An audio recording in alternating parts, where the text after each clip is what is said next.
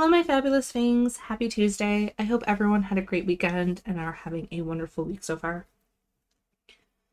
Our demons, exorcisms, and possession continues with Hinduism. There is a lot of misinformation surrounding Hinduism, and a lot of people don't know what it is. So many Hindu temples are vandalized here in America because people see them as devil worshippers, which they're not. So hopefully this will shed some light on the faith along with the links in the description below about Hinduism. Since there is a lot of misinformation and biased information out there, it was difficult to sift through fact versus fiction.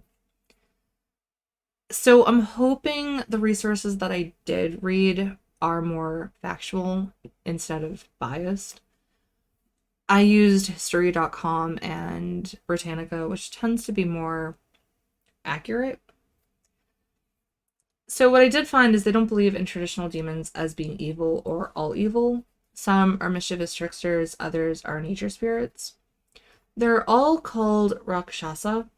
They have the power to change shape at will into animals, monsters, or for female demons, a beautiful woman.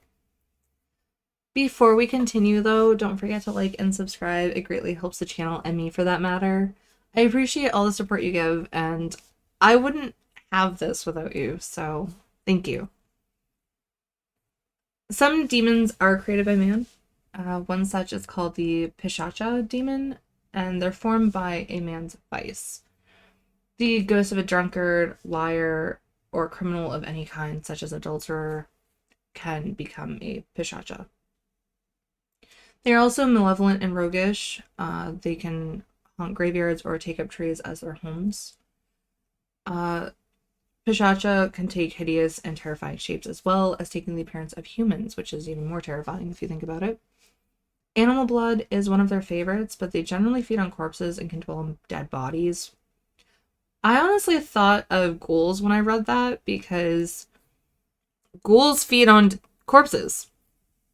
That's one of their differentiating characteristics other than zombies, because zombies feed on the living, ghouls feed on the dead. Pishacha can enter human beings through their mouths and bring about disease or unpleasant affections of all kinds. Exorcisms in India are still present, but they tend to happen within a home that resides in a village. They're more private, and I kind of think that you would want that. You'd want it to be more private than at a religious place where there's other people that go for prayer or offerings, what have you. There is, however, a temple within India where exorcisms do take place. It's called Balaji's Temple. They're not as private, like I said, as going to someone's home, but they typically revolve around encircling the victim and chanting phrases while playing music, at least at the Balaji Temple. I don't know if this is different from what occurs in a home. The music and chanting picks up over time as the group moves around the victim without breaking the circle. They kind of sway back and forth as they chant and play music. In the Temple of Balaji, the god's name is constantly chanted for assistance in chasing away the evil powers or evil entity that is inflicting harm or what have you on the victim. And I also thought it was interesting that they don't bind the victim at all. They don't tie them up or restrain them in any way, shape, or form. Which is far different from the exorcisms that you see in the movies, and I don't know how accurate those are either. I don't know if they actually do tie up the victim that is possessed while they undergo the ritual to exorcise the demon.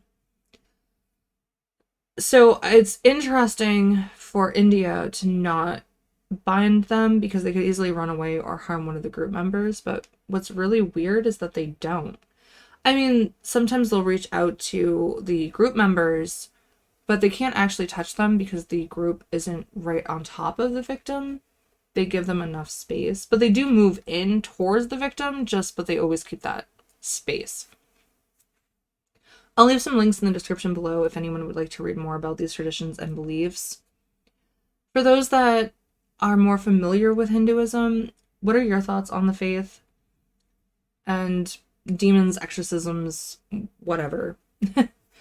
What are your thoughts on demons, possession, and exorcisms overall? It doesn't have to be associated with Hinduism. Let me know in the comments because I'm curious. I'm always curious. Tomorrow, if all things go well, I'll be streaming live on Twitch. Last week I ran into some hiccups, so I do apologize if some of you went there hoping to see me live and just chill and hang out. Unfortunately, there were some issues where OBS wasn't showing the whole game. It was black in the center, but it showed the menu portions. So, start new game, options, things like that. It would show that, but nothing else. On Twitch, it was just displaying a black screen, which I wasn't seeing on OBS.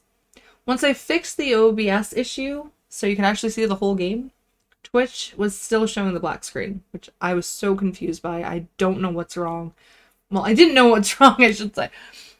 So hopefully I figured it out and everything goes smoothly this time. Friday, I'll be discussing voodoo, demons, and exorcisms, along with the truth behind the Annabelle doll.